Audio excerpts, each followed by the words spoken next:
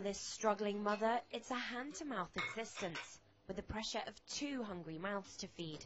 Gemma receives her small shop assistant wage and her state benefits every Tuesday. Sometimes I'll wake up on a Sunday and I will literally have £5 in my purse. And I'll think, right, what can I do with £5? Not much when you're living on the breadline. 1 in 5 mothers in Britain, just like Gemma, regularly skip meals just to feed their children. You want to make nutritional meals for your kids. You hear it all the time on the TV, how they should be eating the 5 a day and fresh meats. But, you know, sometimes you just literally can't do it and you have to buy them the, 77p basic cottage pie because that's literally all you can afford. For the single mother, managing a tiny budget is turning into a puzzle that's harder and harder to solve. We are seeing a lot more families telling us that they have to make this difficult choice between things like eating and heating, putting food on the table or paying the bills.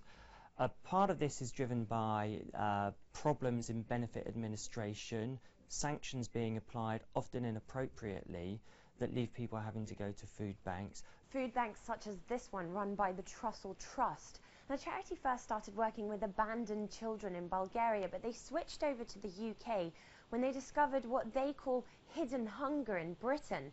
3 food banks open every week in the UK now, and in unexpected areas like Kensington and Chelsea, warehouses like these distribute store cupboard staples and tinned food to families that are in need of emergency provisions. In fact, over 200,000 people had to turn to food banks last year in order to get fed. That's double the amount on the year before. So if the sad dynamic persists, food banks like these are going to have to get a whole lot bigger in order to feed Britain's struggling families. Charities say that some parents are so desperate to feed their children that they consider stealing. It's become such a reality that police have been known to take hungry shoplifters to food banks instead of arresting them. A lot of the people that come to food banks have stories which are really heartbreaking, and we've had people coming to food banks who've been forced to choose between eating and feeding their children, and that's something we see very regularly. Just like Gemma's, over half of Britain's impoverished children have parents that are in work, and the issue of putting food on the table eats up their lives. I come to a Monday, literally sitting there on a Monday evening, waiting to check the balance, make sure nothing's still there. It kind of controls you a little bit. It kind of takes over your life, because when you're going week to week to week on a small amount, you're thinking, right, I'm going to get this money on Tuesday. And I'm like, I'll do a list, right, this has got to be paid out, this has got to be paid out, right, that leaves me that much for shopping.